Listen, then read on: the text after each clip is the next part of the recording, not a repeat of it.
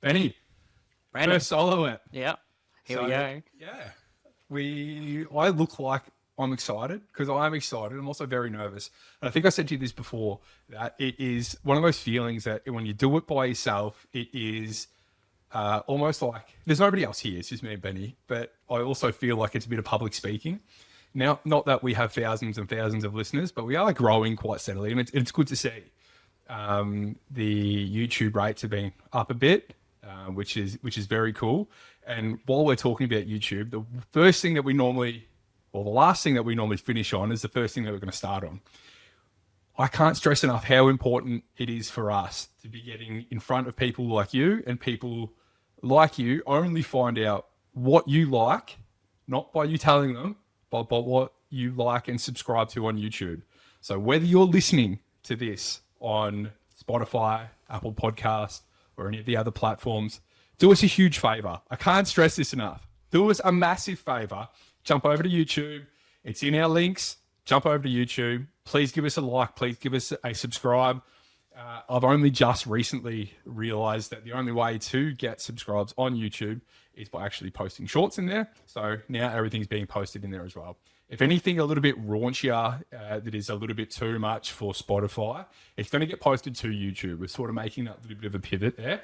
So whilst you'll get the full clip of everything in our full video that we'll do, any raunchier clips that we have will just be posted to TikTok or YouTube as well. So please do us a massive favor. Jump over to YouTube, give us a like, give us a subscribe, and we will be able to grow together.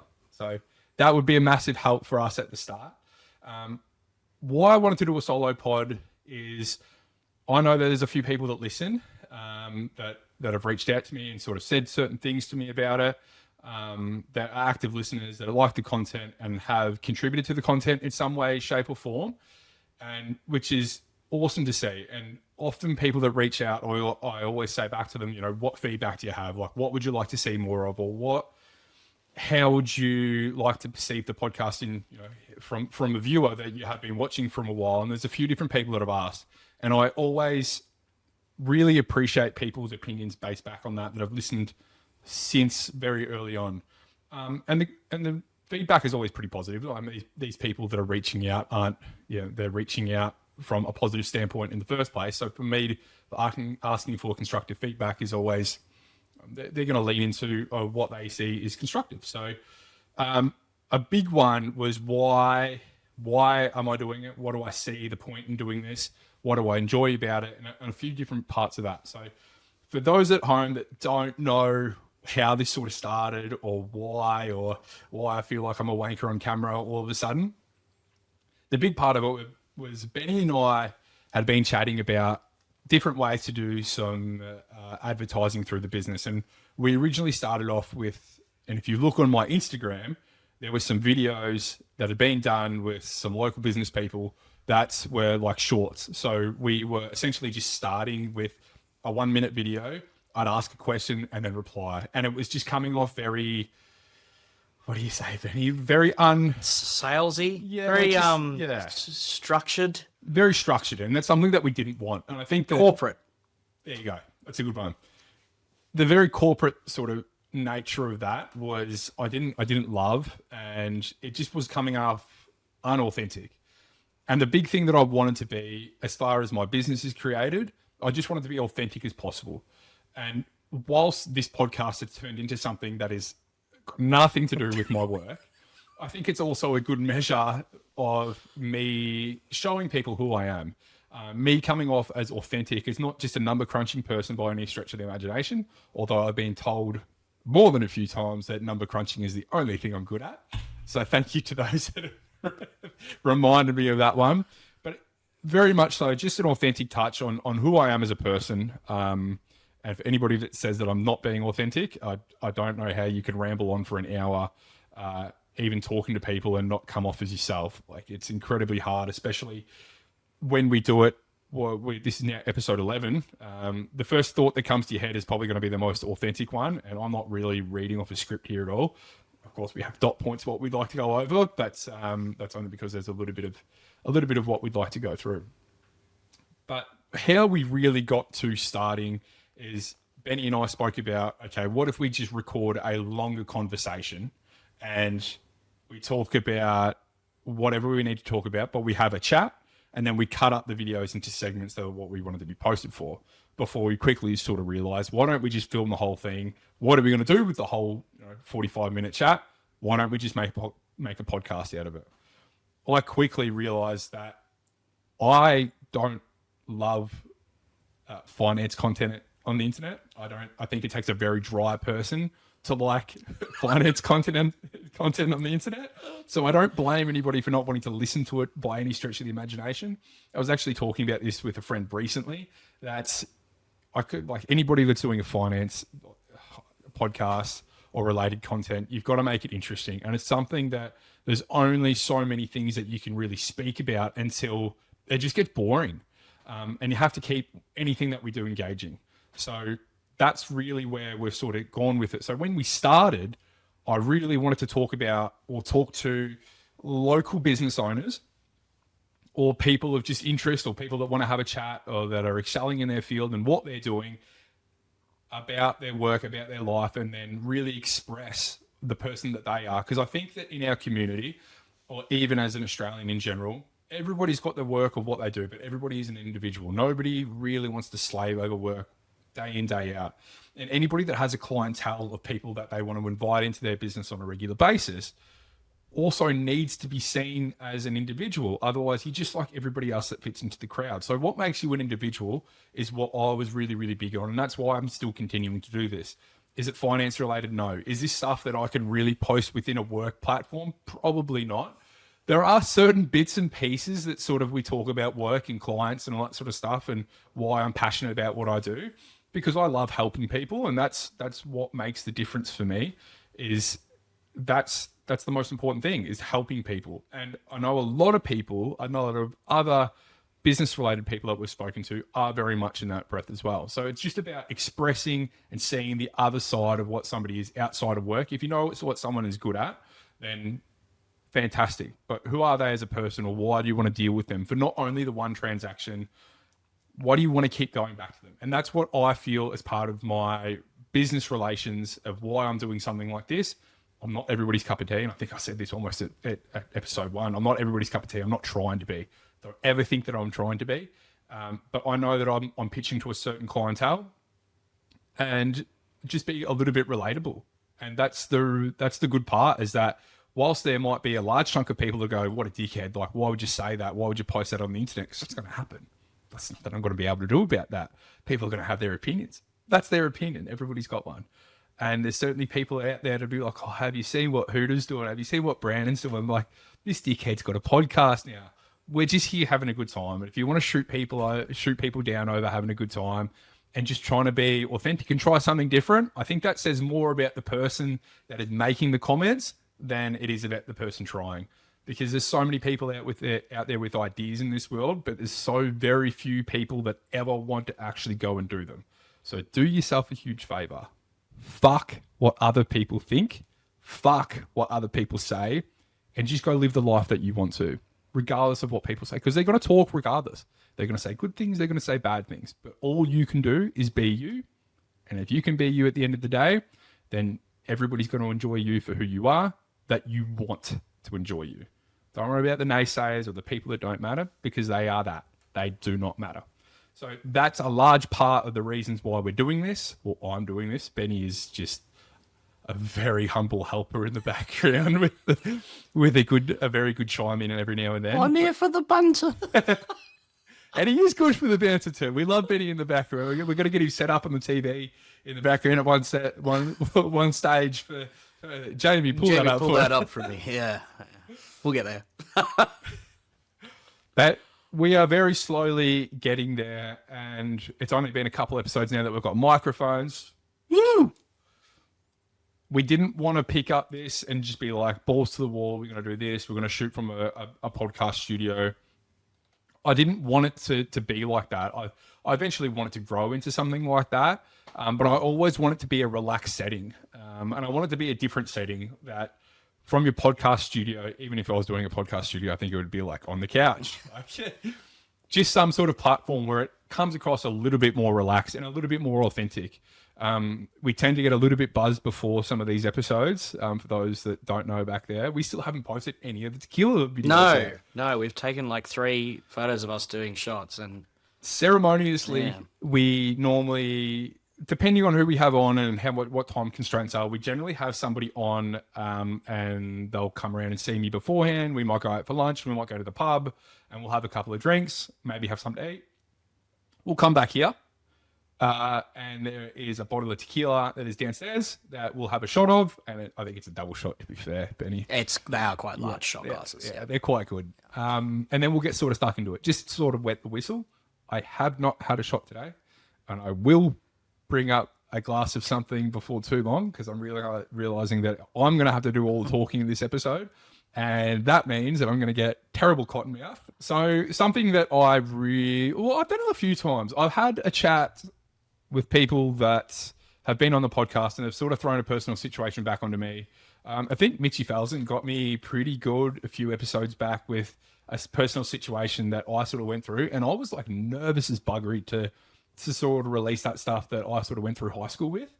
I don't know why, but like once it was out there, it was like a little bit of not so much a stress relief, but definitely like something off my shoulders that once it was out there, I was quite nervous about watching it back, because I do a lot of the editing for the podcast, and even watching it, I was like, oh, maybe I should cut this out. And it's not a big story at all. Like, it was just a bit of trauma sort of based situation in my life that I sort of went through. And then once you're posting something like that online, it's out there. It's not getting taken down. But like, it's out there. And like, I think that there would have been a more negative review to what it was, but I've never heard anything about it. It's probably a good thing for my self-confidence in what I went through anyway. So everyone's got dirty laundry, man. Everybody's got dirty laundry, and I've probably got more than most. So. And I think it's better to just have it out there. So I did have a bit of fun, and I have enjoyed talking about personal stuff, because I often fire a lot of questions at somebody else, and then to be able to talk about things myself and not have to organise somebody to come on the podcast, and I can sit here and talk shit for a little bit. Not that I'm making it all about me, but I have no idea how hard it is to organise somebody to come on a podcast. So I really wanted to be able to sit here and experiment on this, and especially as Benny said, it's better to do it in episode 10 than it is to do it in episode 100. So I wanted to talk about a bit of a problem that I've had in the past 18 months. And it really starts from when I would start seeing a girl and the situation that would sort of unfold. So I would start seeing a girl quite casually, and before too long, things would start to pick up and start to get a little bit more serious. But I had this situation last year where I was between a gap year of work, and I was also able to travel because work was a little bit lighter on given circumstances. So what would actually happen is that I'd get into something serious, and then before too long, I would be taking off on a plane somewhere. And it sort of puts you in a position where you're starting to feel like you really get to engage with how somebody is and how your relationship is going to pan out before too long. Because once you're overseas, you're in a different time zone, and wherever you are, you've got a lot going on. So it's this situation of how important is this person to you before you realize that it's not going to go anywhere. So there was a couple of times where I'd been seeing somebody, I'd go overseas, and then it would sort of peter out after that. I remember there was one time specifically at the start of the year, I was seeing this girl for a little bit, and I'd seen her a couple of nights before I jumped on a plane to go overseas, and she said to me, dead eye in the face at her front door, she goes, "You're going to go overseas and you're going to forget all about me." I looked her in the eyes and I said, "There's absolutely no chance of that." I gave her a kiss and off I went. And of course, I forgot all about her. And I think that this probably says a little bit more about me than anything, probably with the baggage that I'd sort of been carrying at that time. And that was probably more personal things that I'd sort of been going on, whether I was ready for a relationship or not. With having hard conversations with somebody was not my forte. And it's something that I really worked hard on, that you're better off being honest with somebody and thorough with them. And you don't always have to blame somebody else. And it is a bit of a fucking cop out when you say to somebody, "It's not you, it's me." Sometimes it is the person that's saying it. Sometimes they are going through stuff. And it's really hard to hear. Is it probably oversaid and overplayed in so many different situations? Probably. But sometimes it is actually genuine. How do you know and where to pick that up from each situation? You're probably looking at people that are recently out of relationships. And if it's not you, it's me. That's probably, I mean, that was my situation. So that's probably where I picked that up quite a bit. It's not what you, it's me situation, I think is a serious thing that sometimes people go through. And again, just to harp onto it, that it's a hard one when people overuse it. But the truth is the travel become this serial situationship breaker for me, where I felt comfort knowing, and this is bad, I understand, but I felt comfort in knowing that if I wasn't serious about something, that I could actually go away and then something would peter out. And the awkward part is that when something peters out, when you're overseas, it's a mutual understanding of like how much you're communicating. And I have a friend that's gone through this recently, that he's been seeing somebody and his partner went overseas, the girl he'd been seeing, and the conversation really dropped off and, you know, turned out to every few days. I think that's a pretty key indicator. It doesn't rely on the person that is in their everyday schedule back home doing their thing to make contact with somebody else. It is solely on the person that is traveling. They are the one that if you are busy, you have to make time to speak to somebody. That's how you know you like somebody. And if that's even what goes through what happens at home. Like if you're seeing somebody and they're like, look, I'm pretty busy this week. It's like everybody's got fucking time to see you. It doesn't matter whether someone's coming over at 8 o'clock at night. And I know sometimes that sounds like a booty call, but you know, every now and then, like it is okay just to see somebody at a later time at night, especially if you've seen them a couple of times in a week and they're like, hey, I'm really busy on Wednesday night. I've got dinner with friends. Can I come over after? Yes, that's fine. I'm saying that from personal experience because I go out for dinner with my friends every Wednesday and sometimes that happens. But as long as you're allowing time and you're not just that late night catch up, that's fine. I mean, it's a little bit different when you're speaking about a situation where potentially you haven't hung out with someone too much and you want to be able to get those initial talks, and like you're not just coming around someone's house late at night. I think there's a little bit of a difference there. But once you've seen somebody a few times and there is that mutual understanding that things can go somewhere, you can see somebody. If someone's interested in you, they're going to make time. So don't ever take a cop out from somebody that, hey, I just don't have time to see you, because everybody makes time. You make time for the things that you want to make time for. And I agree.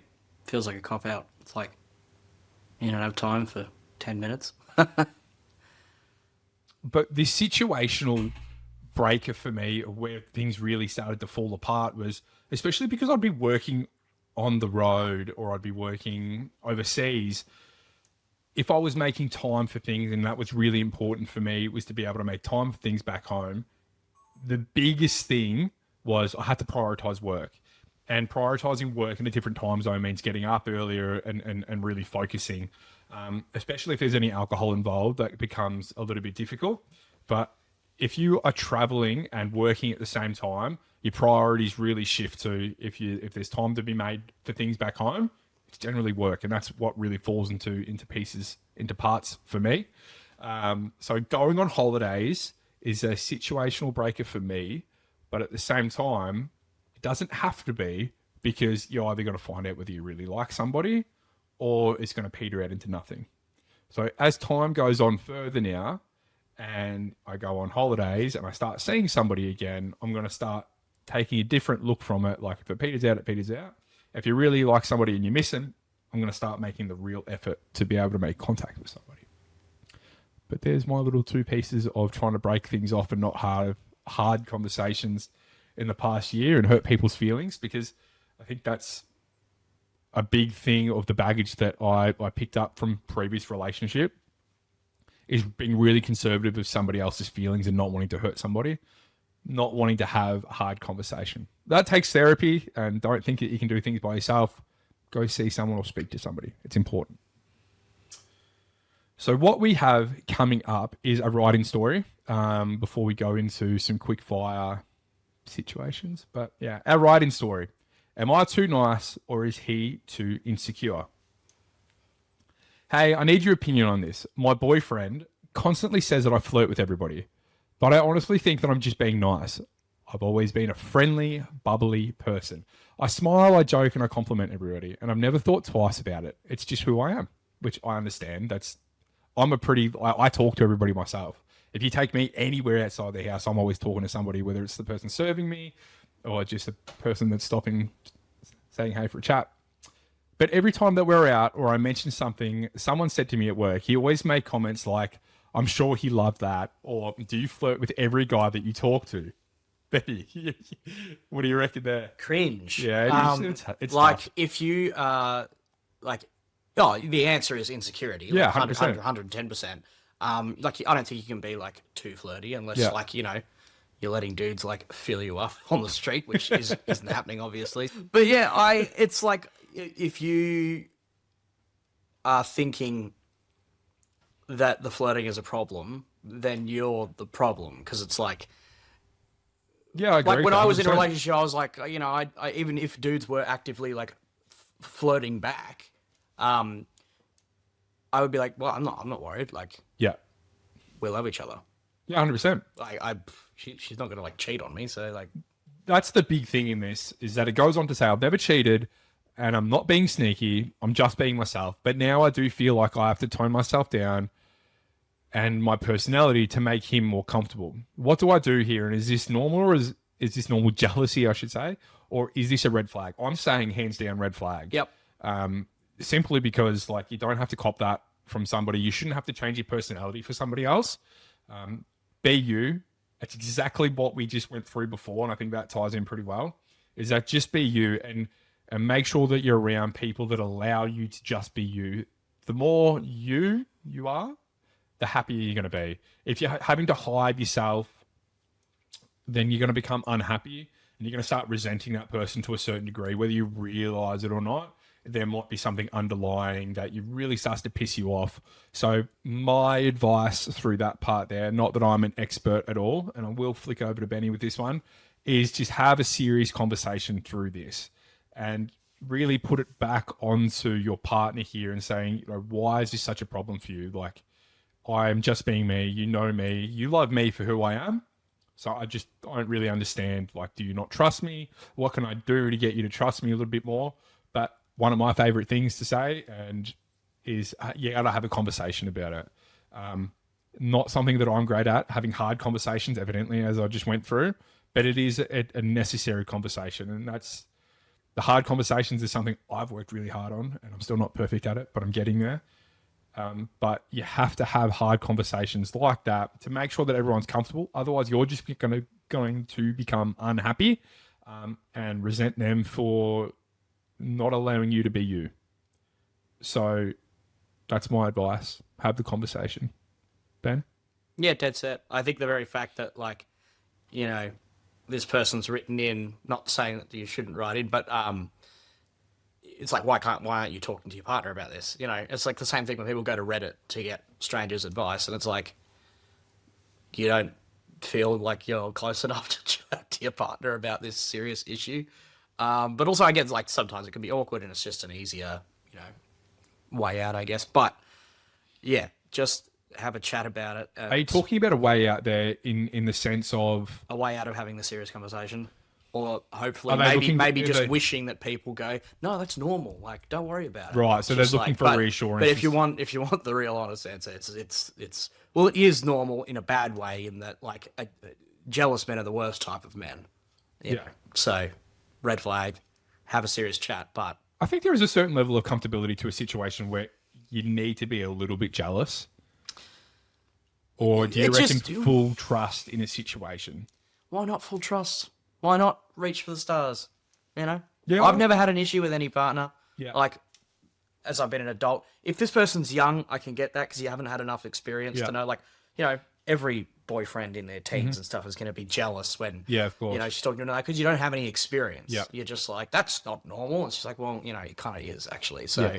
like, just have full trust. No, you're right. I And if think you I- don't have full trust, then why the hell are you in a relationship? I It's take kind of- back what I just said, then, Benny. I fully take back what I just said there. I convinced you.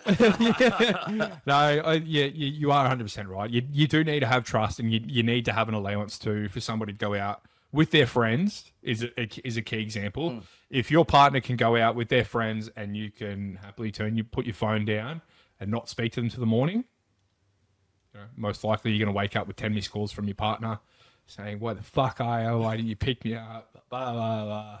That's not being critical, but they just love you. They just love you so much. They just want to talk to you. But that is a big thing. And it is, trust is a big thing. You want to, I'm not going to backflip, but do you think that there is ever a situation, Ben, when the jealousy does take over a little bit? Is it probably when someone goes on holidays, or you haven't heard from them for a little bit, or they're partying on a regular basis? Is there a basis for someone wanting to give you distrust, so therefore you then are talking? I mean, if there's big signs, things that are sort of out of place, but again, like what's too much, I don't know. Yeah.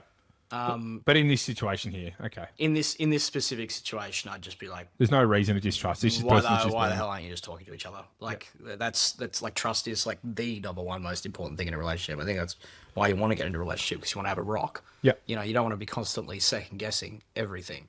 It's a good one, because that just is going to stress you out. In which case, what's the point? There's no point in being stressed out in a relationship. No. And further to that, this person sounds quite stressed in their relationship. And it's a female. We have so many female write-ins. I love it. I don't know why females are looking for male advice so much. Well, they probably want to know what their boyfriend's thinking. From this idiot. Yeah. From these couple of clowns. Yeah, that's a fair grab. Yeah, I make sure you're comfortable, make sure you're happy in whatever you do, because as I said, you're just going to end up resenting somebody for not being able to be who you are. So it's important. We're going to go through our little bit of what I love and what I don't love. And we're going to talk about dating apps. I hate swipe culture. I would like to delete this next sentence out, but I'm going to leave it in here because I think that I present okay on a dating app. 6'3", finance, blue eyes. It kind of works. There's a catch, ladies. there's a little bit of an angle that I try and pull, especially after a TikTok trend that kicked off a little bit. So, but I do hate swipe culture, and the reason being is because, admittedly myself, you're simply I'm going to be a shallow, honest person here and say that I don't even give most profiles the even time of day unless I find someone attractive. I'm not sitting here and go, "Oh yeah, that person's okay looking," and let me read their profile to see what they're really like. As shallow as I can be, it's like I either think someone's hot or I'm swiping off. I don't think you're alone in that. I think a lot of people are like that. And in being like that, every now and then, I'll be like, I'm not quite sure if I find that this person's actually hot or not. I think that they're hot, but I'm also not sure from the photos. There might be some investigation that goes on. And that's when you might read a profile or something like that. If someone's hot, like you find them stunning, you're swiping yes regardless.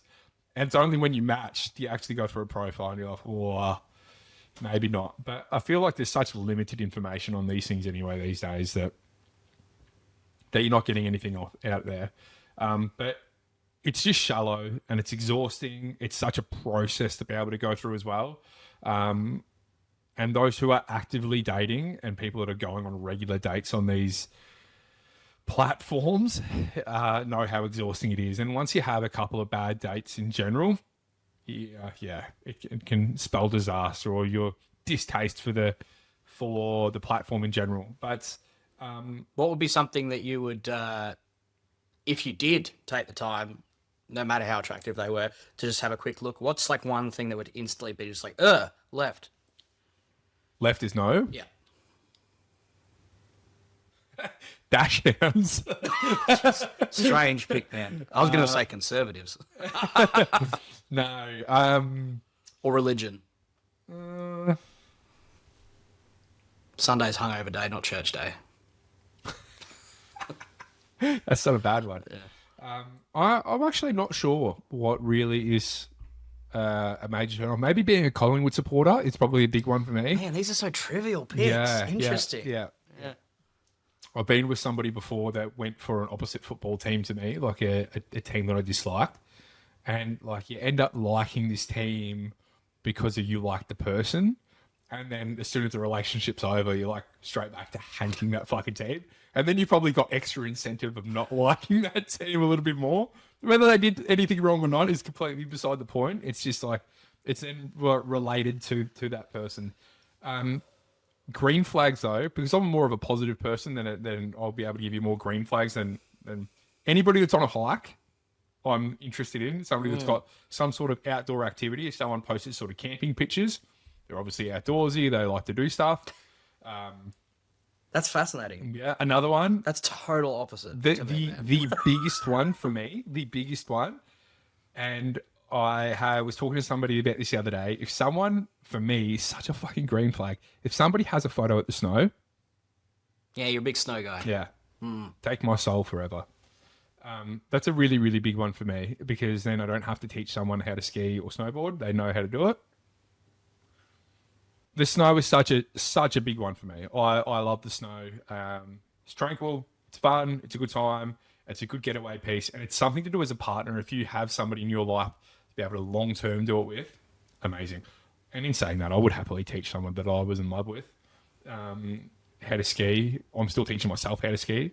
So if you've ever seen a video of me online of skiing, don't judge me for that. I am a very, very slow learner. And I feel like in the last 12 months, I've had enough snow trips that I've gone from here to here. Still can't keep up with some of the boys that have been doing it since they were 16 years old. But it is a lot of fun. And it's something that I will continue to do for a very long time. So that is my one for those abundant of reasons that I put around the snow, that is the biggest green flag. In saying that, any female that also likes the snow, if you get a like on the other end, generally like your snow photo, because I have a snow photo. So I want people to know that I like the snow, that I'm interested in, because it's a factor about me that I like. So you'll find that the snow bunnies will actually like your snow photo to let you know, hey, I like this too. Do you know what a snow bunny is? Hey? Do you know what a snow bunny is? Female at the snow? It's a chick who likes black guys. No, I didn't know that one. So snow, like going to the snow, like the snow bunnies are like a hot chick at the snow. Oh, really? Yeah. Oh, Yeah. It's different cultures, man. Yeah. There we go. Porn No, the porn culture is big on the snow. I only knew it as a chick who likes like only exclusively. You start the video, you're the guy that comments on the videos like, I normally skip this part. I never got why people comment on porn videos. Bit of a segue, but There was an unreal comment that I seen, not on a porn video. I love the iconic one. God, I wish that were me. That's Ripper. Yeah. I seen a comment, like someone had screen grabbed the comments, and they were in a gangbang on the say Pornhub or whatever it was, and they were in the comment section below. And one of the main comments was just like, if you stop at this exact point in the video, you can hear one of the guys in the background go, fuck, this bitch stinks like fish. Oh my god. And then on the comment under, it'd be someone who's confirming it. And they're like, can confirm, I have stopped and listened intently. This did happen. Very funny stuff. People listen to that shit that intently. People's attention to detail is, I find, absolutely brilliant sometimes. You know what? It's probably the generation that had to watch porn at like the theater. You know how they like porno theaters or like movie theaters where everyone goes in, sits in and watches it, and like obviously you can't like jerk off in there. What the fuck is a porno theater? What? You never you seen Taxi Driver? What's Taxi Driver? God.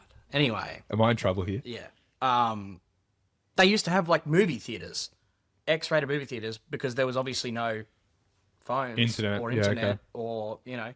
So if you wanted to go see a porn film, it was a film that was filmed with a full film crew on a set with lights, microphones, the whole deal, and it would be shown at a porn cinema. That's wild. And people would go buy tickets. Go. Was there any in Geelong? Fuck, probably. I would assume every major city had at least one porno theater. So interesting. I actually want to find out more about that. But obviously you're not allowed to jerk off in there. So what? You just go home and like harbour the thoughts? I guess. Getting flashes. Is this something that you do with your partner for date nights? Is it just a Depends room how full of kinky dirty the blokes? partner. Yeah, God, I feel like it would fuck. smell in there. Yeah. Yeah. Paul Rubin got the guy who plays Pee Wee, whatever. Oh no shit. He went to On prison. Jackass. Pee Wee. No, not Wee Man. Wee Man. No, what's his fucking name? Paul Rubin. He's it's like Pee Wee's Big Adventures. Anyway, he was like a kids show guy, Right. and he got caught whacking off at a porno theater. Oh, and then he had to do one of those. That's not Blue's Clues guy, is it? No, but he looks very similar. Oh right. But he had to do those anti-drug campaign ads that were big in the 80s as like part Making of his up for community it. service, making Right, up for okay. it. Yeah. Anyway, quick fact. I really want to get to a point of our video editing that I can then be like, here's Paul Rubin. Yeah. This is what we're talking about. Still very low budget. We've only just gotten microphones. Yeah, we'll get lights eventually. We'll get lights. We were just talking about the light situation here just to bore everybody for under 5 seconds. That's they got lost in translation. Yeah. Benny's going to ask for a refund. Yeah. The lighting situation is, especially at night time. Hopefully you got one. Was it? Can you see over the back with the? You could see the sunset on the edges of the that would frame. have been before. absolutely it was, beautiful. Yeah, it was actually quite Would have been nice. Yeah. Anyway. Dating fast forwards is our next segment that I wanted to speak about. Is moving in too soon an issue? People that move in after 3 months of dating, is this a bad thing? Is it a bad thing? I don't think so. How soon's too soon? Yeah, that's a big thing of why. That's the $1 million question. When is too soon, or what's an acceptable time limit? I don't think there is an acceptable time limit, but there's something that's been in the dating online stuff these days and situations, how people are moving in too quickly. Living expenses have obviously gone through the roof, and people are moving in together a lot faster than they ever have before. God, it would be so much cheaper. So much cheaper, and that's why people do it. Is because everything becomes so much cheaper. It also quickens up the process of getting from A to B in a relationship to be able to find out whether you really like someone, or is it too detrimental to the relationship process? So that's what I'm really interested in. I love the honeymoon stage of a relationship. I like falling in love. To me, is like one of the most treasured things that somebody can do. And it is like, it's just a cute process. Like if you just get to enjoy someone's time with them and just love who they are. If you spend too much time around somebody and you're going from A to B and skipping so much of your honeymoon period, you get past it a lot quicker if you're living together. And living together is a shitload different to having someone over at your house 5 or 6 days a week. You do not have space to yourself. Someone's space to themselves, no longer a car drive away. It is literally a walk between one end of the house or upstairs to downstairs. That someone's personal space then becomes going for a walk or going to see friends. It becomes completely different. At what point do I think, as a non-professional in this space, I think that probably for me, 6 months is a really comfortable time for me knowing myself and what I like and what I don't like.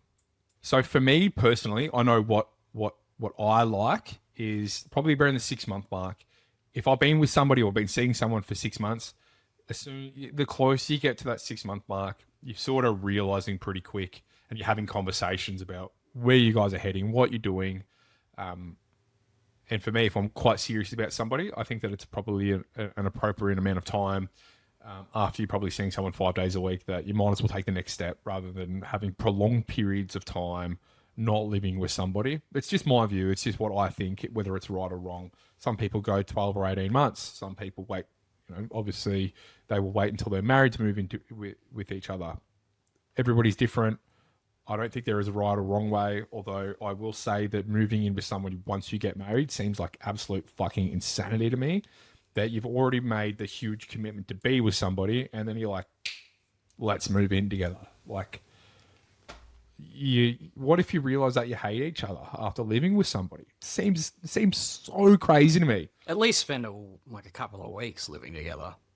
going on holiday, like a big holiday, is probably Yeah. a good one to make sure that if you are not living together, it's probably also another thing that if you could probably run a holiday together before you move in to see that intensity time, that commitment of being around someone all the time, and just I think that you can even pick up from a hotel room or moving around on trains or planes and seeing how somebody is at that level.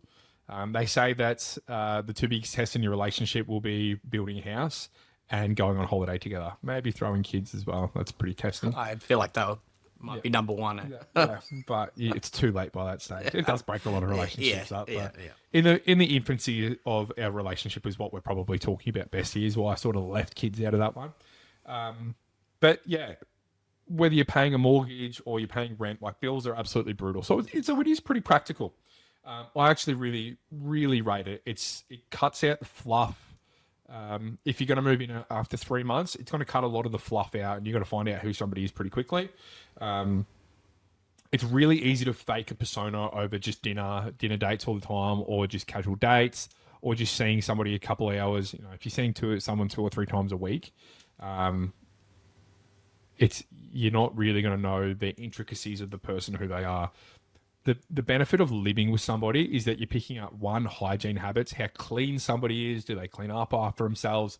As far as the dishes point of view, it's very easy for when somebody has somebody let's for example say I have somebody over. If I know somebody's coming over to the house, it takes me the best part of 20 minutes to half an hour to actually clean up. All the dishes are away, or they're in the dishwasher. I clean up my room, I put things away, and it looks clean. But in reality, I can actually be not clean. And if I'm living with somebody, they're going to go, this person is actual filth. I'm not actually talking about myself in real time there, but sometimes. Benny, I did clean up for you today. Don't go downstairs to the sink. Oh, bless. But you're going to be finding how compatible you are, and habits. These little intricate habits that you have as a person really shine out when you start to live with somebody. So I think it's more common probably when you get older and maybe over the age of 30 that you're probably wanting to see whether it's going somewhere or not. I feel like I don't have that much time to waste anymore. I'm 32, and by not moving in relatively quickly with somebody, that I feel like it would just be a bridge too far. Waiting 18 months for me would put me almost at 35, and then to be able to do that again, I'm the best part of 37 before I probably find someone. Not ideal for me. It's not my life path plan, but I don't think it's the worst thing in the world with moving in with somebody before too long. Another huge thing is dealing with someone when they're sick completely changes a relationship altogether. I had somebody come and visit me, and they stayed with me for a little bit of time, and they got sick, and it completely changed our dynamic altogether. It went from this like really fun sort of new relationship sort of vibe to caring for each other, because what happened, she came and visited, she got really sick, got the flu really bad, she ended up giving me the flu, so I went from looking after her to then her looking after me, and it sort of just like killed the vibe. Now, we got along really, really well, and I still really enjoy this person as a human being. I think that we'll always be friends in some capacity, obviously from a distance, but I really enjoy the person of who she is. We still did a lot of fun things while she was here, but it definitely took that romantic spark out of the situation. And I think that is purely down to getting really sick too early on, in a relationship. But as Benny said before, hangovers is a big one. Seeing how pathetic somebody is with a hangover, whether that's an ick or it's a turn off, you see very, very quickly somebody's reactions to something, and they can just, you can't be bothered putting up with somebody. I think that 2 TVs in a house are really pivotal, because I will not watch The Real Housewives of Atlanta. It's absolute rubbish TV. But then again, I watch the wrestling on a regular basis. Absolute rubbish TV. So I wouldn't expect anybody else to be a sit there. So TV remote wars. You got there. Yeah, we got there. That's what consists of love, is putting up with someone's shit, but also loving them for everything else that they are. But moving in, I don't mind. Some dating apps out there that everybody has their favorites. and I wanted to go through some of my favorites that I'd experienced. So there's obviously a few different ones that we'll sort of talk about: Hinge, Tinder, Bumble, and Raya. Raya. I've never even heard of that one. I haven't actually been on Raya myself. I'm pretty sure it's Raya. Field. I haven't been on it. Oh, it's good. And Instagram. So we'll cover these ones off. Should I start at the bottom there? Why not? So Instagram's not actually a dating app, but it like kind of is. It's the low-key slide-ins. It's really good for relevant people that you know, friends of friends, or it's for someone to be a cold call DM slider. It's kind of strange, and it's not unless you have mutual friends does it actually really work within Instagram. With Instagram becoming a dating app per se, where it really works well is those mutual followers. If you've got mutual followers, it's almost like that building trust straight away with somebody. It's like, and you can almost get a call back on, hey, I seen that your mutual followers or this person follows you. What are they like? And you're going to find out very quickly, or he's a jerk, or she's a bit of a bitch, or she's, I don't know, she's not cool, or something like that. Or you get feedback on what someone's like pretty quickly. So I think that Instagram definitely has its place for like soft flirting and being able to build up a bit of rapport pretty quickly, compared to like that real cold nature of swiping with Hinge or Tinder. And it almost does have that swipe culture to it a little bit, that if someone's got a public profile and someone follows you, you can pretty much choose to follow them back or not if you're not interested. And it definitely does happen. If you follow somebody and you're interested in them, you might like one of their photos straight away, or a couple of their photos, or you're waiting for someone to post a story and then replying to a story on the other end of it as well. So, for example, if I was to meet a girl out and I would get her Instagram instead of getting her number, very unofficial way, and I'm going to get shot down for that, but do what works for you. If I got someone's Instagram, I probably may or may not message them straight away, but if I know that person may be active, or they posted stories from the night that I met them out, likelihood is that they're probably going to post a story sometime in the future again. Liking or commenting on that story and then starting the conversation from there. You're going to find out whether they're interested in you or not, and you're not being too forward with like, hey, how are you? Something really boring. But this is not dating 101. It's just personal experience. Hinge definitely feels more intentional. The prompts give a little bit more of a personal feel than an about me section, and sort of leans into how funny somebody can be, or how much they're just genuinely looking for somebody. So I really like Hinge, and I didn't get Hinge until I felt that I was actually genuinely looking for somebody. So I think that's probably my train of thought on it. People tend to be more serious on Hinge platform than they are, say, on a Tinder. It's definitely got that energy that's like a let's go for brunch, or like let's go for a walk, and then let's like do a really nice date to sort of start with. Where our old best mate of Tinder, the old dive bar, I'm here for a break. the old Netflix and chill sort of setup. It's good for immediate fun. I don't think it's that good for depth of somebody. You can definitely, like, there are people that are on there for to be able to go out on dates and all that sort of stuff. I'm not going to take it away from that, but you definitely feel a shift in energy that you can see that the energy with Tinder is a little bit more casual. People are after a little bit more fun, whatever measure that is. And if you're not getting some within a couple of dates on Tinder, it can generally mean that person's just not interested in you as well. But again, everybody has their own intentions for their own apps. Bumble, I like one of the better ones, to be honest, because the female, or the female in my case, the girl's making the first move. You get fewer weird responses from a guy that's trying to initiate. It doesn't do that anymore. Oh. Yeah. You can see that I haven't been on Bumble then. Pronouns and gender norms shifting. It was deemed inappropriate, I think. So they took away that feature. So anyone can message anyone on Bumble now. It's just another one. Damn. Yeah, it lost its only original feature, which is a bit strange, but How do we feel about that?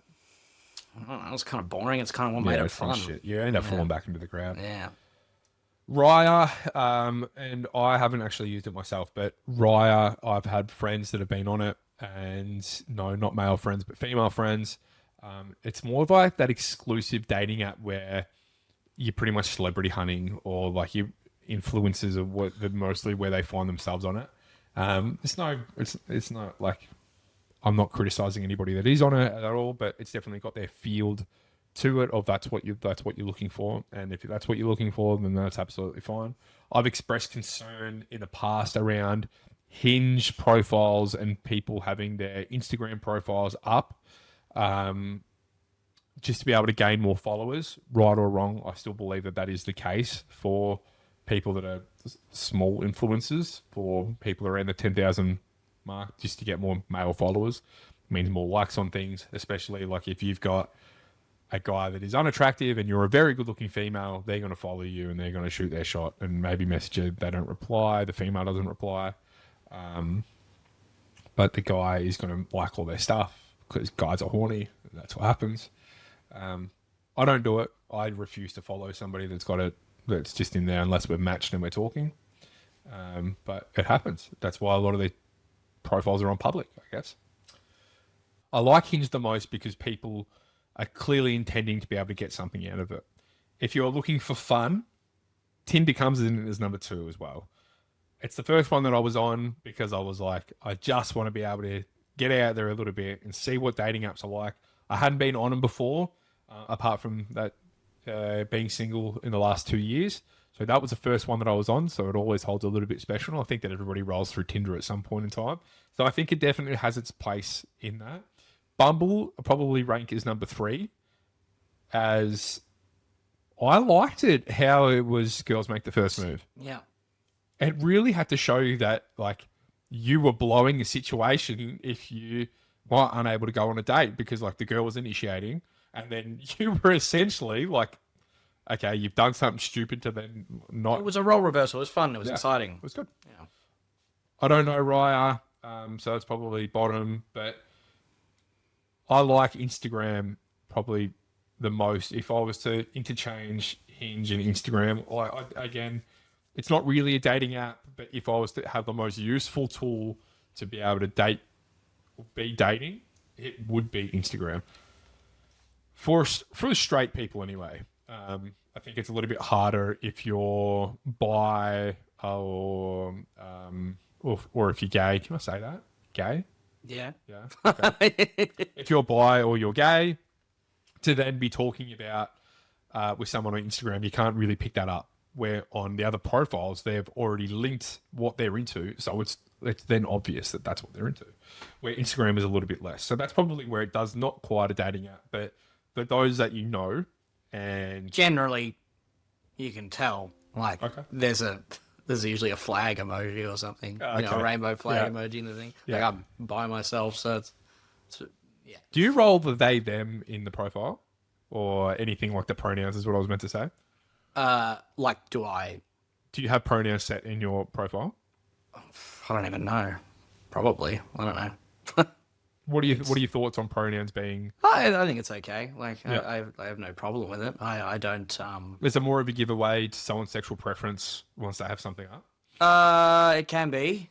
I found obviously that's a blanket statement, and I don't really like to generalize, but I've found more often than not, yeah. It does generally mean someone is of the queer variety. There you go. Yeah. There you go. But then again, I'm often told that I'm the straightest queer man that they know. So. Yeah. I want to talk about some icks that I have, and maybe common or uncommon icks in general. So some things that I absolutely hate is loud chewing.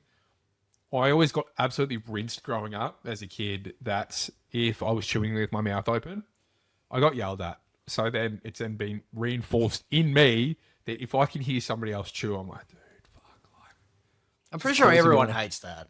Surely no one likes is that common? Yeah. I can't stand it.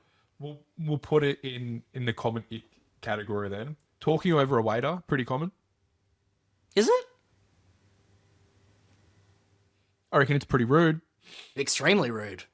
I actually haven't seen it. Maybe I've just had a really lucky handful of experiences.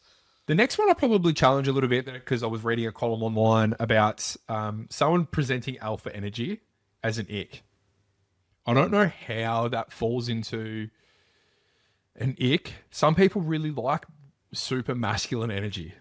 I unfortunately fall into super masculine energy at times, and this podcast doesn't represent it all that well.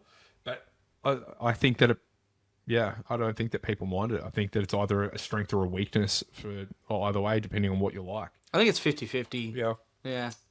Yeah. Playing devil's advocate for absolutely no reason, just being a naysayer, or some people can absolutely hate that. Like, is that... Do you hate that? I dislike it because I'm a pretty positive person. Yeah. I don't like that. A lot of these are from a column online about common icks. The loud chewing, I had to interject my worst one overall. But yeah, and if you are looking at somebody online, one of the most common ones are weird gym mirror posing. Selfies and whatnot are also thrown into that.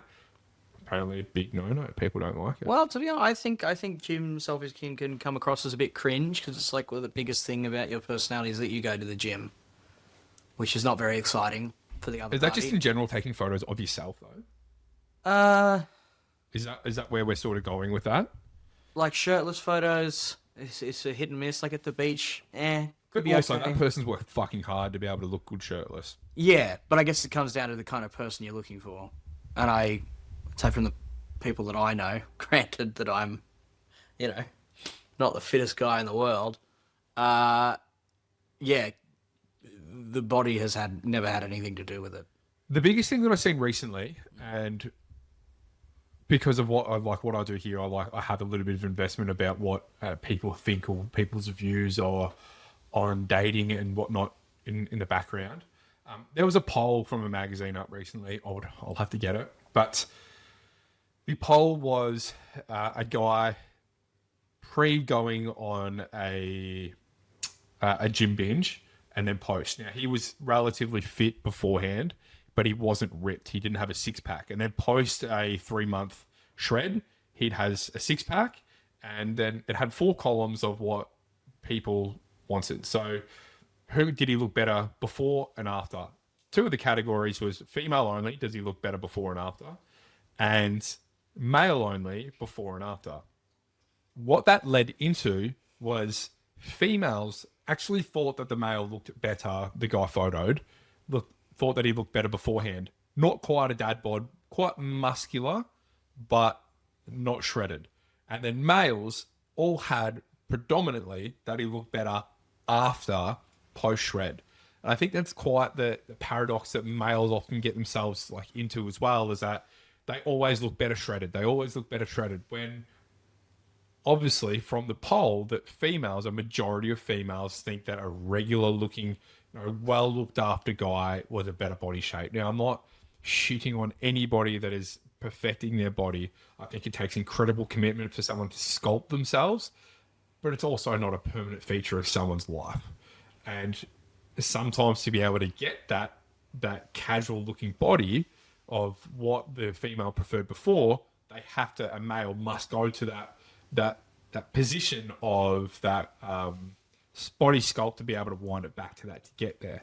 So it's a 2-part factor, obviously. I've got friends that look really good and they never get to that body sculpt 6-pack shredded, and they've just got a really good masculine figure, and they do really well with the women. So I think that might be pretty true in what girls' preference. I think everybody has this idea of they love abs. It's cool to be shredded. It is to a point, and it just shows incredible dedication to what somebody can do and what they can put their mind to. I think probably the most appealing part, and I'm going to be speaking on behalf of other people, is probably the dedication to one's mindset of what they can be able to accomplish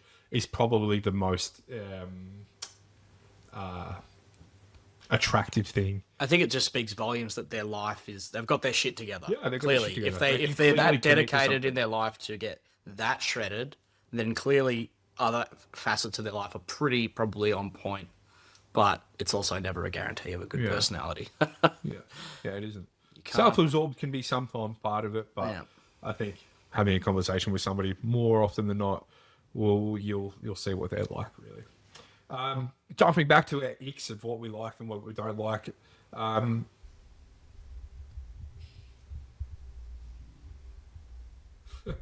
An uncommon ick that somebody this was actually someone that wrote in that I had listed in here. I had a good laugh at this, and it reminded me of being a late teen, early 20s.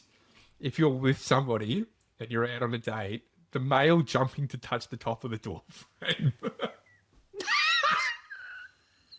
That was actually a writing on the talent of mine, and I thought that was quite funny. Just the jumper that's almost like a little dunk. I pictured it so clearly. Yeah, because you've done it before when you were growing up. No, probably. I'm too short. Bullshit. You don't like it, 5'7", you've tried man. it, you've missed it. Yeah. Is that even more of an ick if I missed? This was actually on, and the reason that I find this is funny, and I probably was Soph that probably chimed into this one somewhere, an uncommon ick, running for the tram or train. Oh, yes. It's not an ick. Someone's I don't, trying to fucking get. You're going to be late. You got to run. I don't see a problem with that. Another one that was listed on a website for an uncommon ick was using coins to pay on a date. How do we feel about that? It's a bit trivial, isn't it? But these are uncommon icks. These Well, are the trivial true, yeah. I always have a good laugh about when my friends, we go out for dinner and somebody pays with coins. I'm like, dude, what the fuck? Especially pulling out silvers. I'm like, dude, get your life together. When the silvers come out, it's game over, mate. But it's not to the point that they haven't got money. They've just got change in their They want to get rid of. car and they want to get rid of it. Yeah, I get that. But I'm like, change is useful to have in the car. I've always found. I would never pay for a dinner with that. I'd use my card, or if I had notes, I'd use notes. Yeah, I agree with you. Parking cash. It is good parking cash. Yeah. But now all the parking Macca's money. Have they brought back cheap menus at Macca's? Nah. I've been a little bit. I've been off the Big Macs for a little bit. Probably my favourite burger. Yeah. Karaoke taken too seriously if you're on a date and the person that you're with. I generally find this comes from the person that if you're on a date with, they are desperate to go to karaoke. If anybody that you're with on a night out and they're like, can we do karaoke? Can we do karaoke? And it's not, how many people actually go out and go, hey, let's do karaoke tonight, before the night even starts. But it's always the person that's desperate to go to karaoke that is the one that takes it way too seriously. Me and a couple of friends were overseas, and I don't think it was an ick. I didn't take it as an ick, but relating to this story, there was a girl that we were with. We'd had more than a few drinks. We met them out at a dinner place. We sat next to them at the table. We ended up chatting to them. We went to a couple of bars, and after we'd had a few drinks at a couple of different bars and we were doing a bit of a bar hop, one of them said to us, let's go to karaoke. Now, lo and behold, she was absolutely stunning at karaoke, but she was extremely fun at doing it at the same time. And I think that if she had been so serious and singing sad songs, it would have been kind of shit. But the fact that she was actually really good at the karaoke, but she was singing fun songs that everybody could sort of participate in well, wasn't an ick for me. But apparently a big ick is karaoke being taken too seriously. So I can understand that side of it too. This is a great list. I wonder how many times I've done this next one in this podcast, and I probably just did one then. Voice cracking mid-sentence. Well, fine, it's never their fault. Uncommon icks, though. I know, yeah, I know. It's stunning. Yeah, I can see why that would be one, for sure. Yeah. Yeah. It's always oddly specific ones that actually stick to somebody and that carry on with them. I always find that people have a lot of icks. Now, these aren't my icks. I think everybody has a few icks. One of my icks is people that have too many fucking icks. There's been a few girls that I know Soph being one of them has a fucking list of icks a mile long. There's another couple of other girls that I know that just have way too many like lists of icks, and I'm more than happy to tell you about them. Like, Soph, get over yourself if you're fucking watching. Yes, we are using Snapchat. It's a bit of a throwback to anybody that is unaware of what I was just saying. To the OG listeners. To the OG listeners. Not really. It was 2 episodes ago. It's long enough ago. It feels like it's forever long ago for enough us. But yeah, I think that for me, people that has too many icks or too many turn-offs, if you like somebody, you're gonna like the things that you probably shouldn't like about them, and that's just how it is. So I don't think that it's ever that you can't have an ick that sticks too bad, because you're always gonna not like things about somebody. So yeah, if you start to build up a list of too many icks about somebody, just move on. It's not worth your time. And if you are the person that has too many icks, take a good hard look in the mirror and fucking grow up. But leading on from that as well, I do want to hear more about some people's irrational icks. I feel like we've got some common and uncommon ones here, but people know like they have irrational fears and they have irrational icks. The funnier and the more niche are the ones that we really want to hear about. I want ones that like make no sense. Like no sense.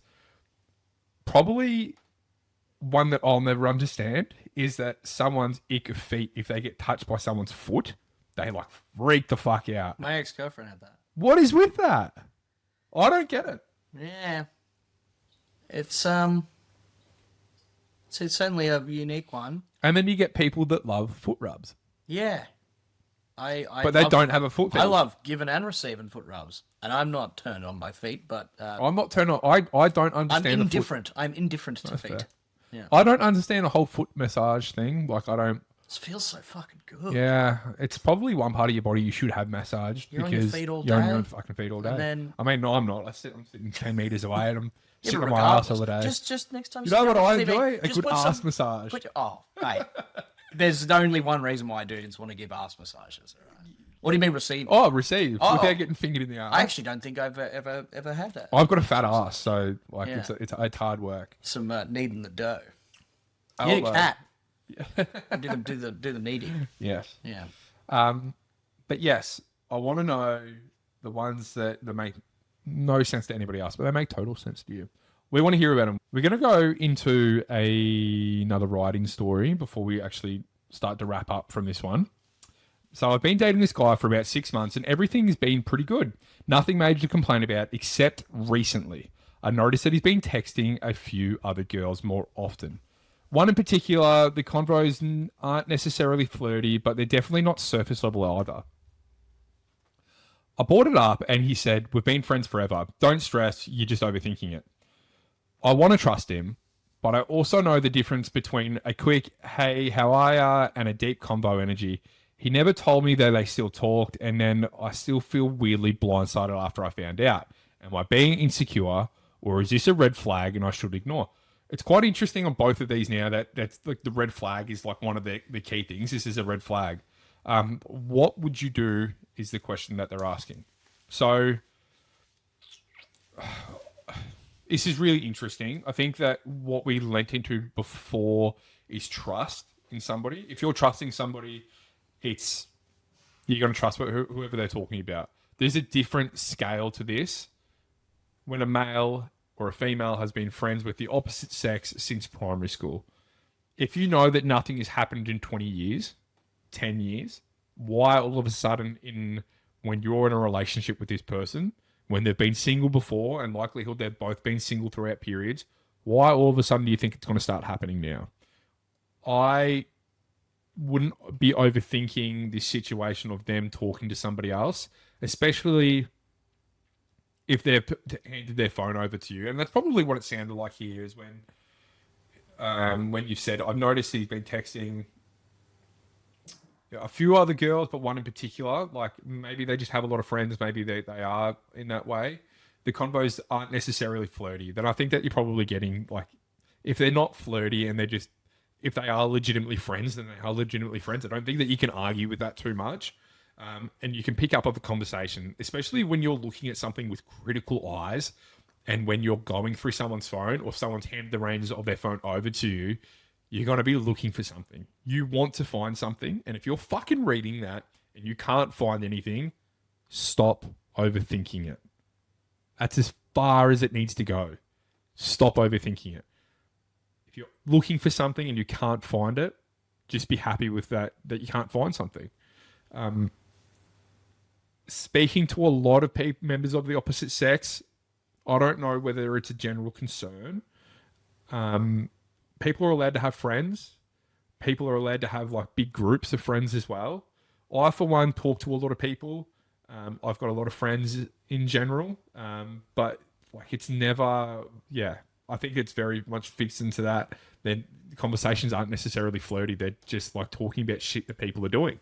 And I think it's good to have a general sense of like, if you've got friends, to be updated with what people are doing. And I got pulled up recently. One of my cousins is on holiday at the moment, and it was like the last 4 messages that I'd sent to her were just like so monotone vocab, was like, this is so good. So good. Hope you're having the best time. So good. And like, I didn't realize it until someone looked over my shoulder and was just like, why are you continuing to say the same thing to this person? I'm like, oh, it's my cousin. Like, it's funny. Like, but I probably do that with quite a few people.